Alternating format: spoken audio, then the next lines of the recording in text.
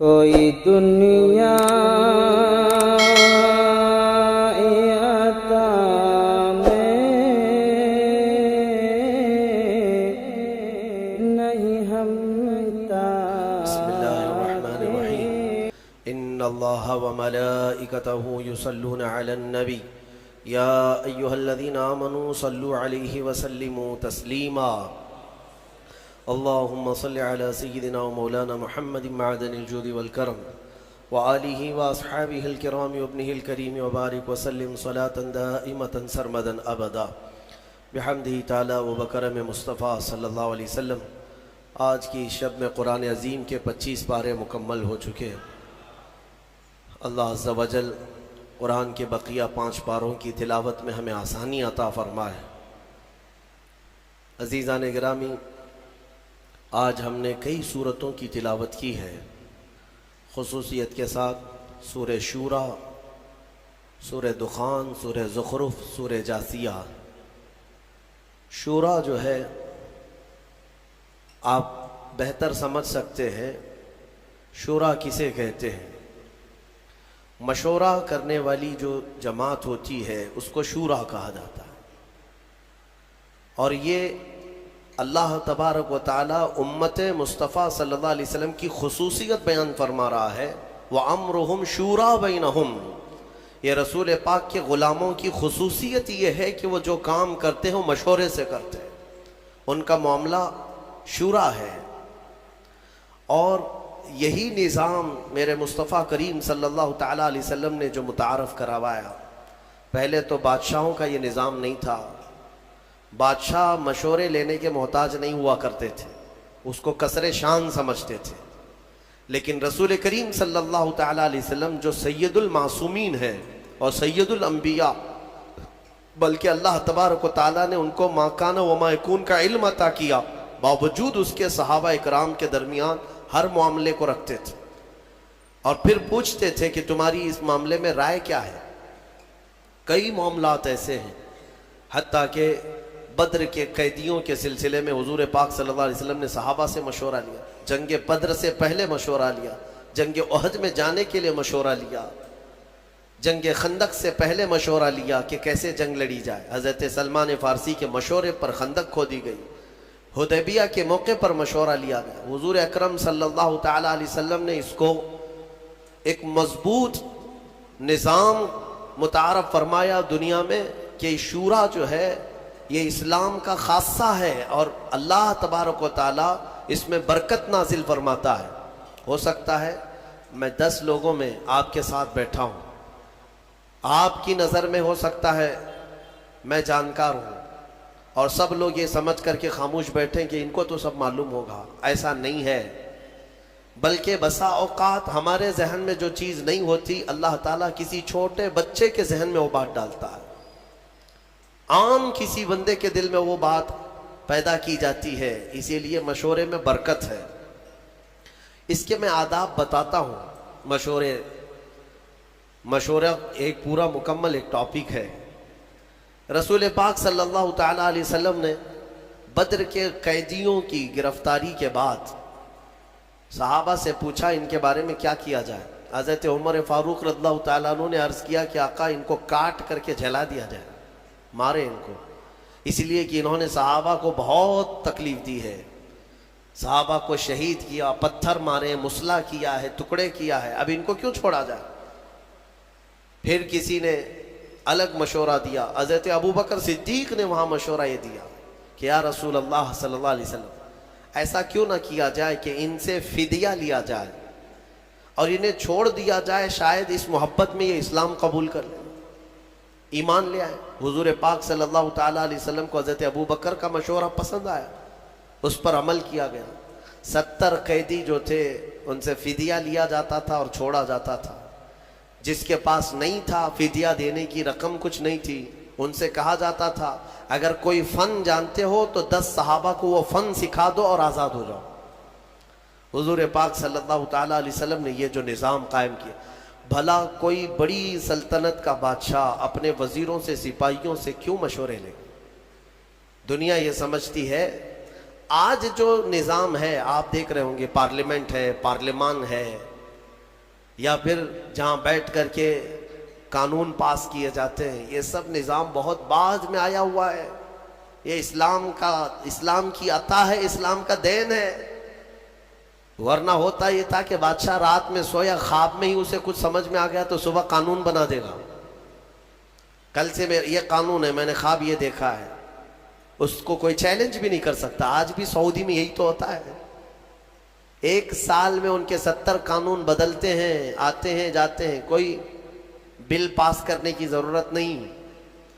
رات کے 12 بجے بادشاہ اعلان کر دیا، سارے ویب سائٹ میں چلا گیا، کل صبح سے 6 بجے یہ قانون سارے ڈپارٹمنٹ میں پہنچ گئے. یہ قانون، یہ شورا نہیں ہے. ہاں، یہ جو نظام پھر پارلیمانی قائم کیا گیا، یہ شورا کے بیس پر ہی قائم کیا گیا ہے کہ سب کی رائے لی جائے اور پھر اس پر اتفاق کیا جائے. حضور پاک صلی اللہ تعالیٰ علیہ وسلم نے کئی مرتبہ ایسا ہوا کہ صحابہ سے مشورہ لیا. ایک بار مدینہ طیبہ جب تشریف لائے تو صحابہ کلمی کرتے تھے. کلمی کرنا جانتے ہیں؟ کھجوروں کے درختوں کو جوڑ دیا جاتا ہے، ایک نر اور ایک مادہ.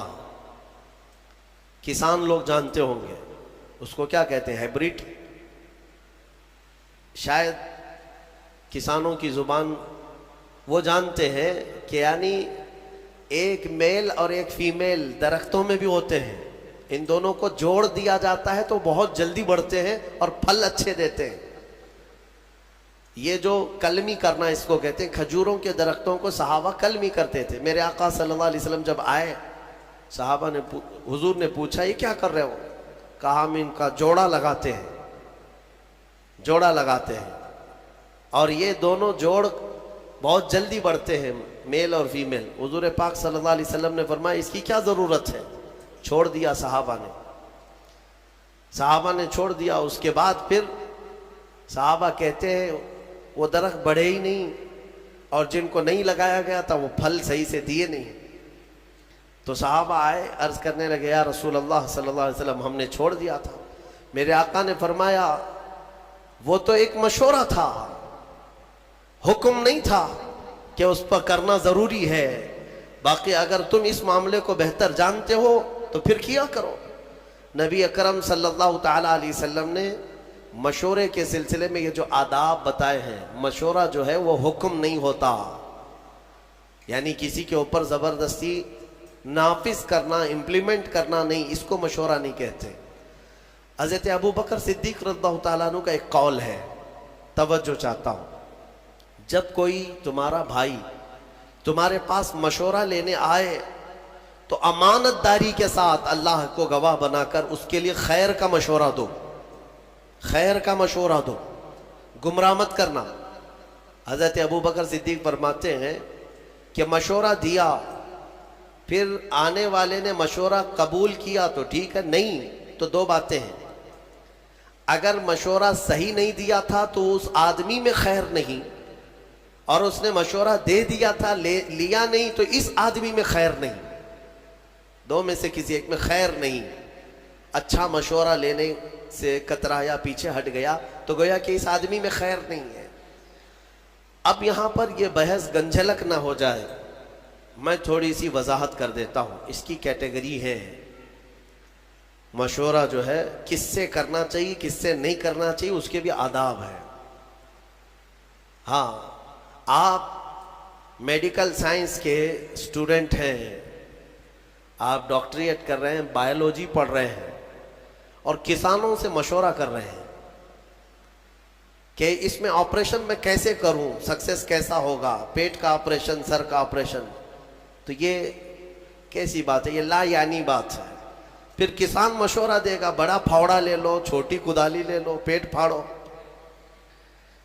اس کے فن کے مطابق جو چیز ہوگی اس سے مشورہ کیا جائے گا، اور تمہارے علم سے ریلیٹڈ جو لوگ ہوں گے ان سے مشورہ کیا جائے گا. اسی لیے سارے علوم کے اور سارے فنون کے متعلق آپ اتنا تو جانتے ہیں، طبیعت خراب ہے تو 4 ڈاکٹروں سے مشورہ لیا جاتا ہے. آپریشن فلاں کہہ رہا ہے، فلاں کہہ رہا ہے، سب سے مشورہ لے لیتے ہیں کہ کیا کرنا ہے. آپ جو ہے انجینئرز کے پاس جاتے نہیں، آپ کو اتنی خبر ہے. اگر کڈنی خراب ہے تو انجینئر کو نہیں دکھاتے، سب ڈاکٹروں سے مشورہ لیتے۔ گھر کی چھت میں لیکیج ہے تو ڈاکٹروں کو نہیں بلاتے کہ آؤ میری چھت کو ایک انجیکشن لگا دو۔ آپ کو پتا ہے، پھر انجینئر سے پوچھتے ہیں، کئی لوگوں سے مشورے لیتے۔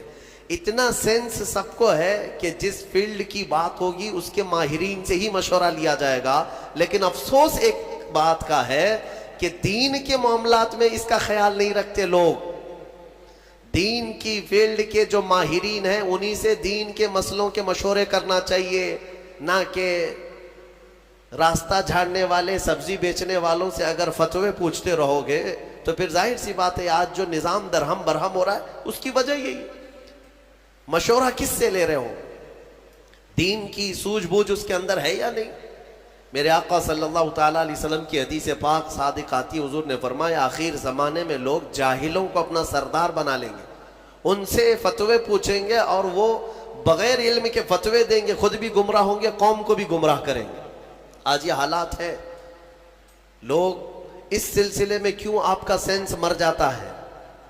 قرآن کے متعلق، حدیث پاک کے متعلق دینی معلومات جو کچھ بھی لینی ہے وہ دین کے ماہر علماء سے ہی لینی چاہیے۔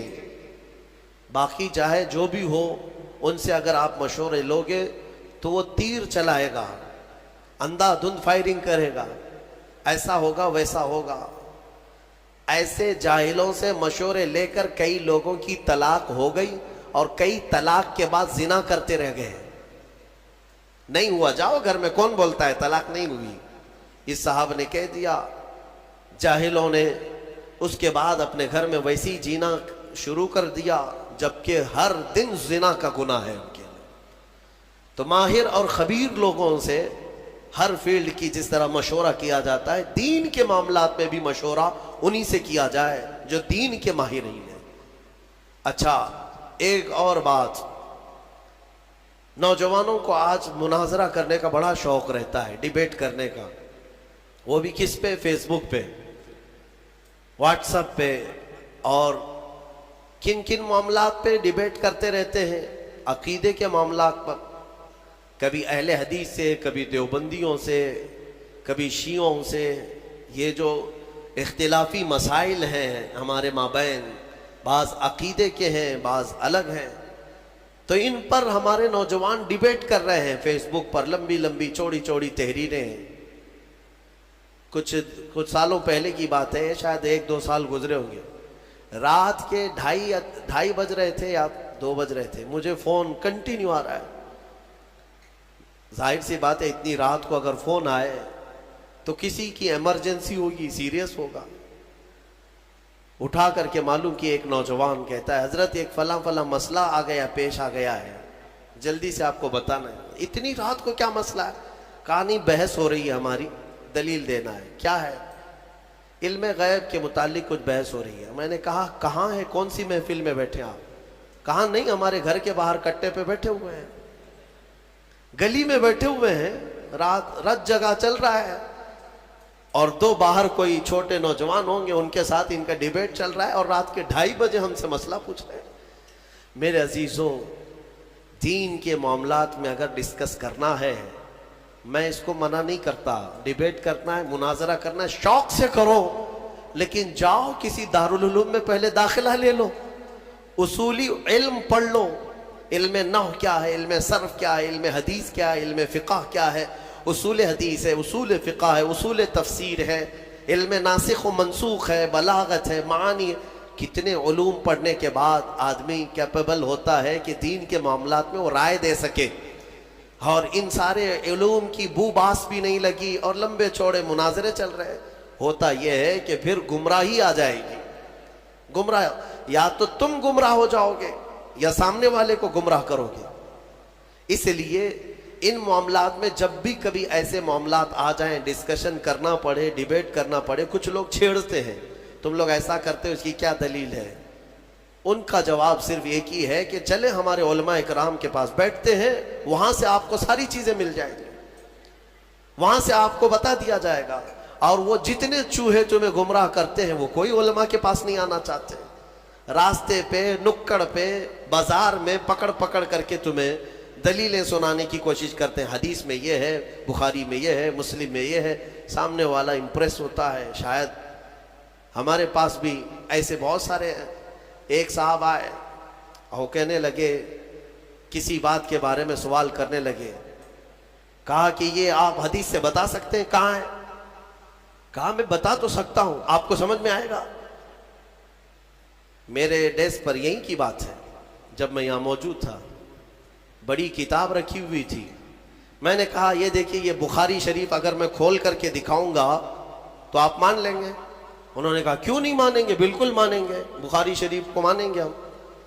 میں نے کہا یہی تو تمہاری گمراہی ہے، یہ بہار شریعت رکھی ہوئی ہے، سامنے موٹی کتاب بہار شریعت رکھی ہوئی ہے، ہم نے صرف اس سے کہا کہ یہ بخاری شریف دکھائیں آپ کو، تو ان کو کتاب کا نام تک نہیں معلوم، تو پھر کس بات پر ڈسکس کرنا چاہتے ہیں؟ تو جہالت کے معاملات ایسے ہیں میرے عزیزو، آدمی گمراہ ہو جاتا ہے۔ اسی لیے میں جو بات کہہ رہا ہوں وہ یہ ہے کہ جب ایسے معاملات آئے تو دین کے ماہرین کے پاس جاؤ، جو علم والے ہیں۔ قرآن بھی کہتا ہے فَاسْأَلُوا أَهْلَ الذِّكْرِ إِن كُنتُمْ لَا تَعْلَمُونَ، اہل ذکر یعنی علم والوں سے سوال کرو اگر تمہیں کسی بات کا علم نہیں ہے۔ اللہ تعالیٰ نے فرمایا جاؤ ان سے پوچھو، سوال کرو۔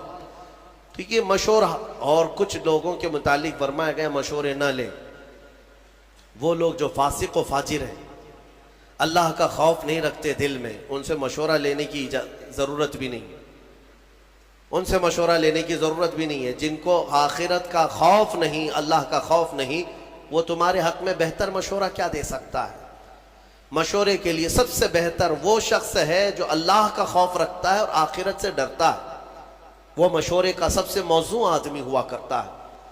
اور اس کے علاوہ بعض مقامات پر یہ بھی کہا گیا ہے کہ بہت چھوٹے نابالغ اور عقل نہ رکھنے والوں سے مشورے نہ لیے جائیں، اور بعضوں نے کہا کہ عورتوں سے بھی یہ نہیں ہے کہ لینا ہی نہیں چاہیے، بات کر سکتے ہیں، ڈسکس کر سکتے ہیں، مشورے لے سکتے ہیں، لیکن ضروری نہیں کہ ہر مشورے پر عمل کیا جائے، ضروری نہیں ہے ہر مشورے پر عمل کیا جائے۔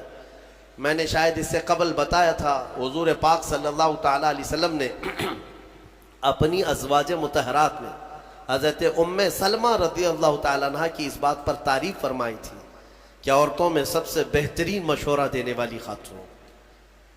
صلح حدیبیہ کے موقع پر حضرت ام سلمہ رضی اللہ تعالیٰ عنہ نے حضور کو مشورتاً عرض کیا تھا۔ حضور صحابہ سے کہہ رہے تھے بال منڈا لو، احرام اتار لو، کوئی نہ بال منڈا رہے تھے نہ احرام اتار رہے تھے۔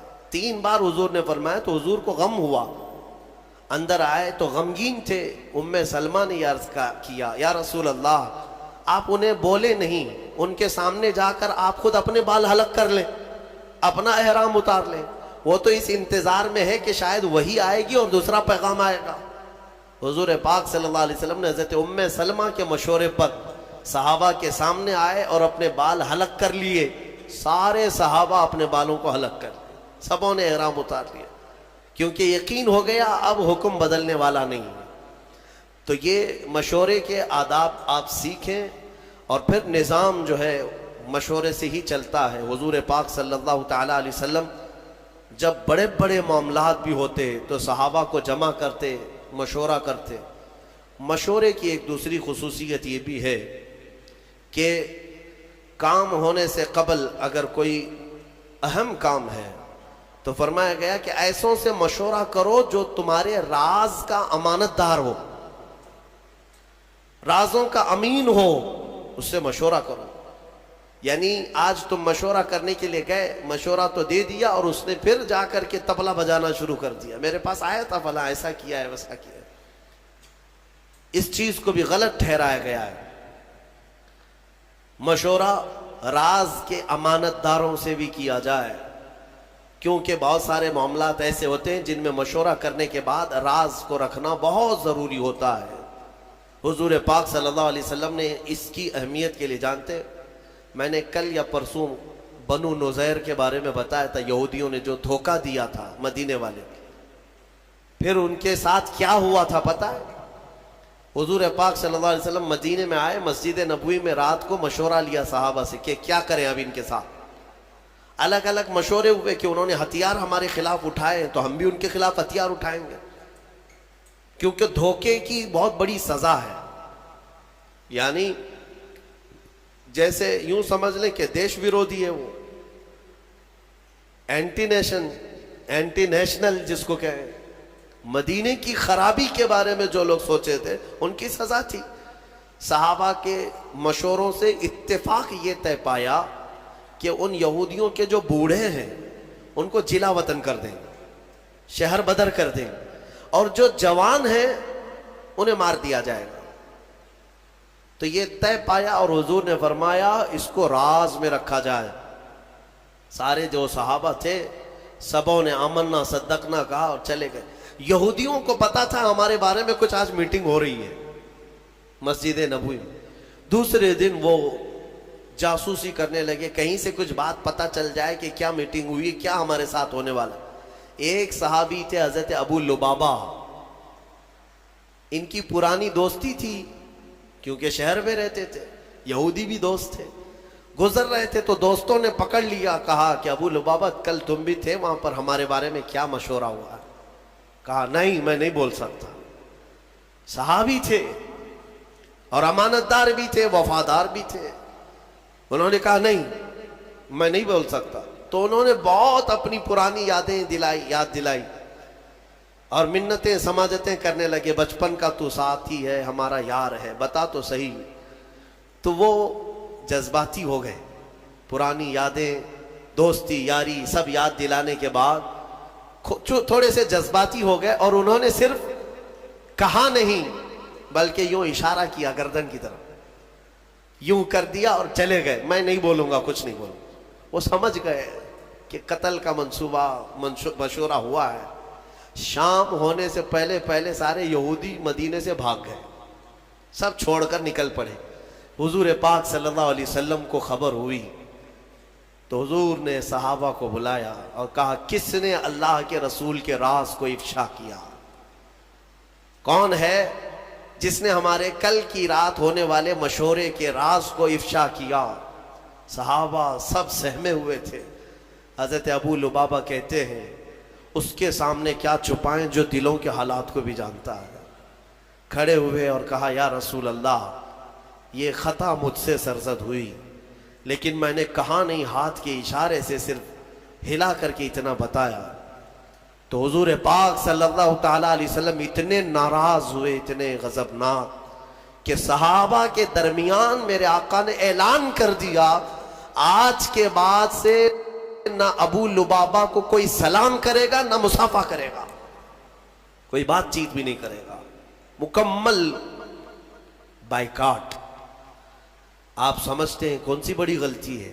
اندازہ کرو میرے عزیزوں، یہ جب کسی چیز کے حفاظت کا حکم دے دیا جائے اور اس کا افشا کیا جائے، وہ رحمت للعالمین اگر کسی کے متعلق اتنی سخت سزا دیتے، معاملے کی حساسیت سمجھ سکتے ہو آپ، کتنی نزاکت ہے اس کے اندر. اور حضرت ابو لبابہ کہتے ہیں سارے صحابہ حضور کی ایک بات پر سر جھکا لیتے. اب سب سامنے سے گزرتے تھے، کوئی بات نہیں کرتا تھا، نہ حضور پاک ان سے مصافحہ کرتے، نہ سلام کلام، کچھ نہیں. اب ظاہر سی بات ہے ان کے لیے یہ موت سے بڑی سزا تھی. مدینے میں رہتے ہوئے بہت سخت حالات تھے، یہاں تک کہ ان کی سگی بیوی وہ بھی بات نہیں کرتی تھی. کھانا وقت پر لا کر دے دیتی تھی لیکن بات نہیں کرتی تھی. رسول پاک نے منع فرمایا ہے. صحابہ اکرام تھے، صحابہ. حضور پاک صلی اللہ علیہ وسلم کے اس اعلان کے بعد ابو لبابہ نے اپنے آپ کو مسجد نبوی کے کھمبے سے باندھ لیا تھا رسی سے، اور اپنی بیوی سے کہا تھا مجھے اس وقت تک باندھے رکھو جب تک میری توبہ قبول نہ ہو جائے. اللہ تعالیٰ جب تک مجھے معاف نہیں کرے گا تب تک مجھے کھولنا نہیں. ان کو باندھا گیا، نمازوں کے وقت کھولا جاتا تھا، کھانا دیا جاتا تھا، حاجتیں کرتے پھر بندھ جاتے تھے. 40 دن گزر گئے ان کے، یا 1 مہینے کے قریب. اتنا لمبا عرصہ وہ رسی سے بندھے رہے. پھر رب ذوالجلال نے وہی فرمائی اپنے حبیب پاک صلی اللہ علیہ وسلم. اللہ تبارک و تعالی حضور کے غلاموں پر بھی رحیم ہے.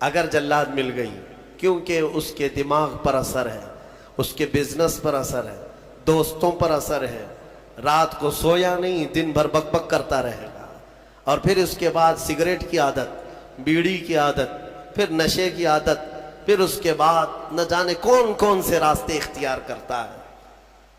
اگر خاتون صحیح نہ ہوئی تو اس نے اپنی زندگی آدھی تباہ کر لی، اور اگر نیک ہوئی اللہ تعالیٰ نے بہت بڑا انعام تمہیں دے دیا، بہت بڑا انعام دیا۔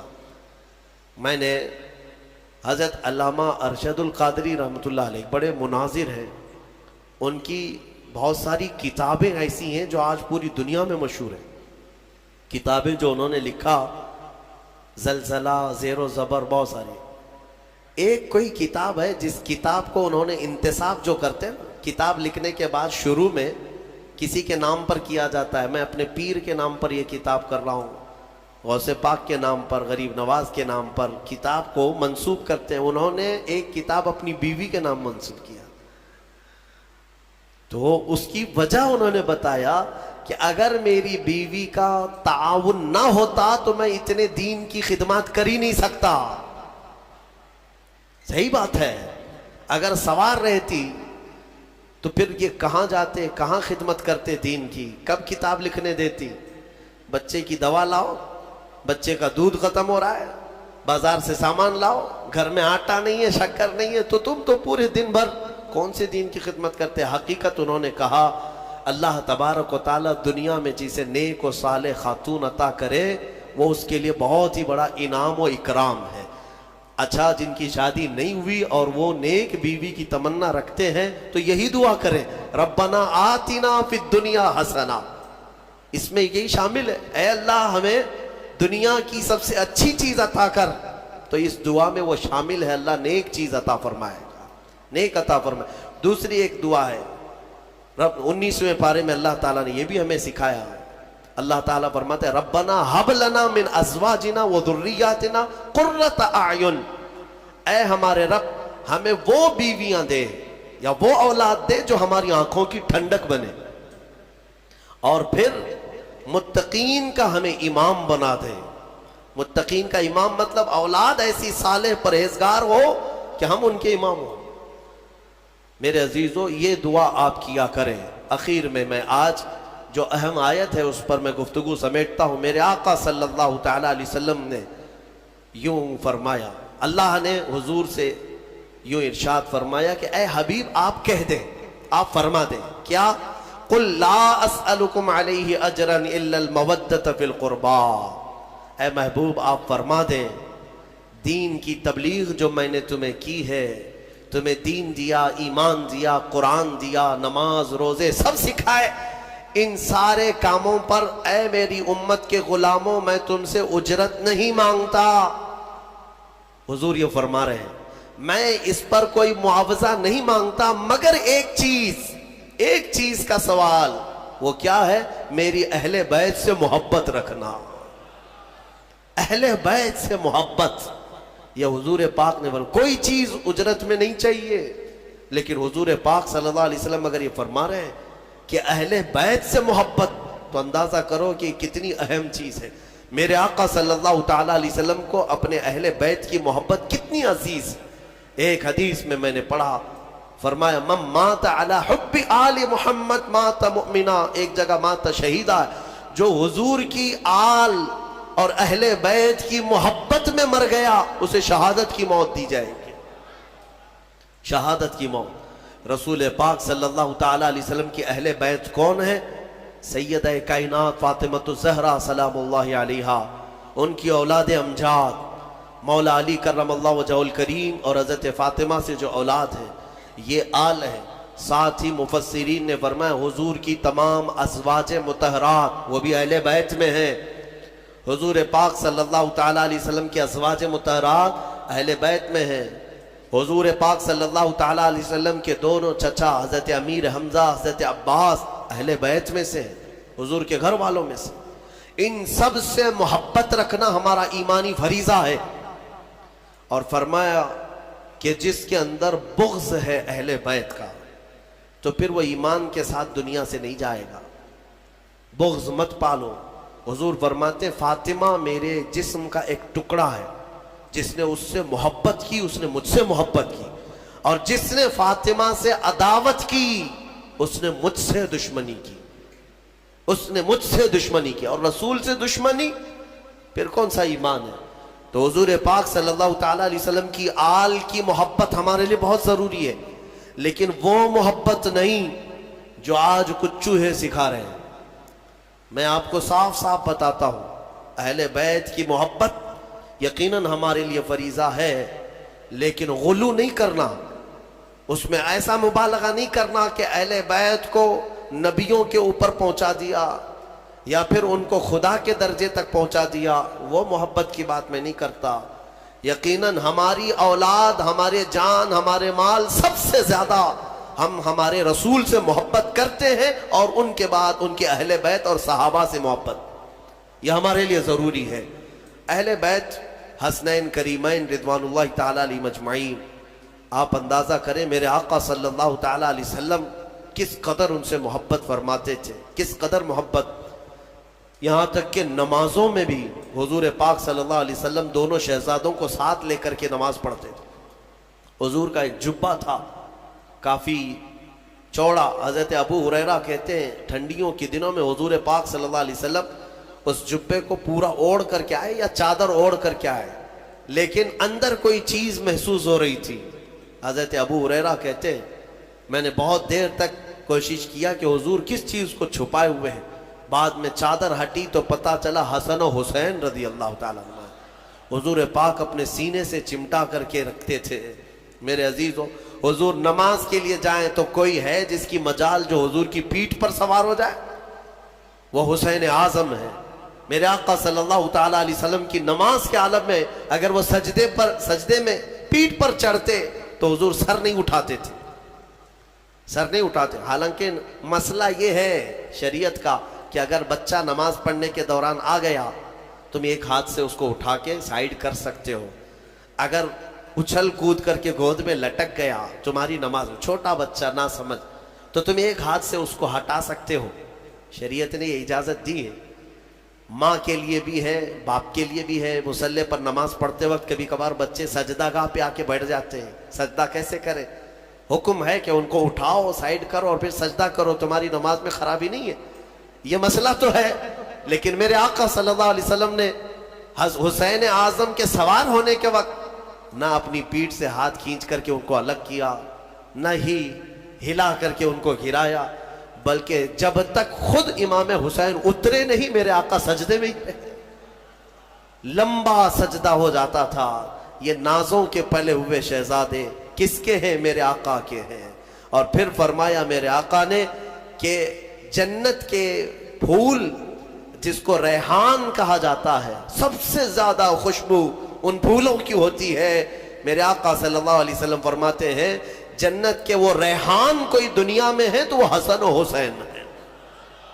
کیونکہ صحابہ نے پوچھا حضور پاک صلی اللہ علیہ وسلم، ہم بھی بچوں کو چومتے ہیں نا، بوسہ دیتے ہیں، بوسہ دیتے ہیں، کبھی ان کے گال پہ بوسہ دیا، کبھی ان کی گردن پہ دیا۔ حضور پاک صلی اللہ تعالیٰ علیہ وسلم اپنے نواسوں کو بوسہ نہیں سونگھتے تھے، یوں گردن کے پاس قریب لے جا کر سونگھتے تھے اور چہرے کو سونگھتے تھے۔ بوسہ لیتے ہیں نا، چومتے ہیں، چومنا بھی ثابت ہے، بوسہ لینا بھی ہے، لیکن سونگھتے تھے۔ صحابہ کہتے کہ یا رسول اللہ صلی اللہ علیہ وسلم آپ ان بچوں کو سونگھتے ہیں؟ کہا ہاں، یہ جنت کے ریحان ہیں، یہ ریحان ہیں، یہ میرے لیے دنیا میں جنت کے ان پھولوں میں سے ہیں، ان کی خوشبو سونگھی جائے گی۔ ان کے مقامات جس قدر بیان کریں وہ کم ہے۔ ہر سال محرم میں اہل سنت و جماعت کا یہ شیوا رہا ہے کہ اہل بیت کی بارگاہ میں ہم ہر سال حاضری دیتے ہیں بیانات کے ذریعے۔ لہٰذا اے سنی مسلمانوں یاد رکھنا، اپنے اس چیز کو باندھ کر کے لے جانا، جینا۔ اب تو حضور پاک صلی اللہ تعالیٰ علیہ وسلم کی محبت کے بعد دو محبتیں شرط ہے تمہارے لیے، ایک حضور کے صحابہ کی اور دوسرے حضور کے اہل بیت کی۔ کسی میں کمی نہیں کرنا، نہ صحابہ کو گالی دینا، نہ اہل بیت کی کمی کرنا، کہیں ادھر سے ادھر ہو گئے گمراہ ہو کے مرو گے۔ حضور کے صحابہ ان کا اپنا مقام ہے، حضور کے اہل بیت ان کا اپنا مقام ہے۔ نبی پاک صلی اللہ تعالیٰ علیہ وسلم کے گھر والوں کی جو عزت قرآن میں بیان کی. اللہ فرماتا انما یرید اللہ لیذہب عنکم الرجس اہل البیت ویطہرکم تطہیرا.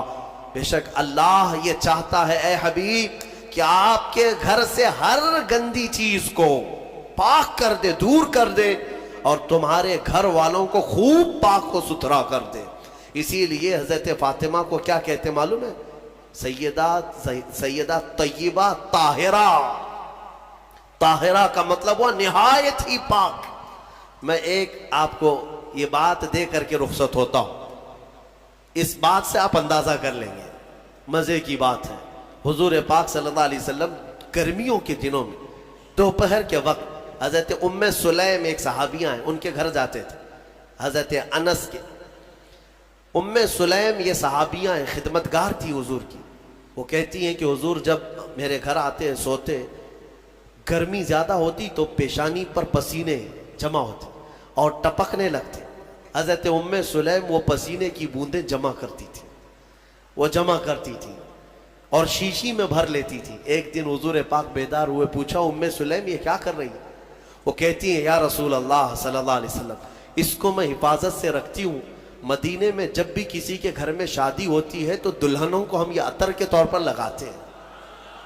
اللہ, صحابہ کا عقیدہ ہے دلہنوں کو عطر کے طور پر, اور اس میں جو خوشبو ہے وہ کسی بھی خوشبو میں نہیں آتی, نہ کستوری میں, نہ مشک میں, نہ عنبر میں, کسی میں نہیں. یہ جو پسینے کی خوشبو ہے صحابہ لگائے. جو بات میں کہنے جا رہا ہوں توجہ.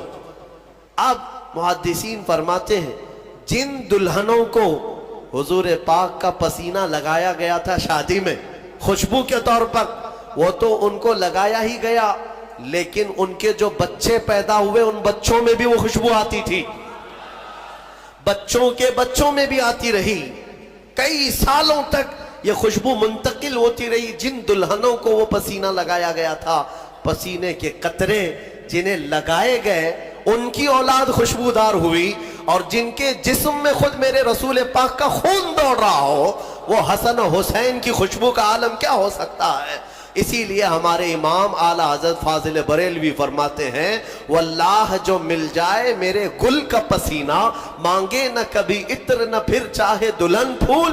کیا بات رضا اس چمنستان کرم کی, زہرا ہے کلی جس میں حسین و حسن پھول.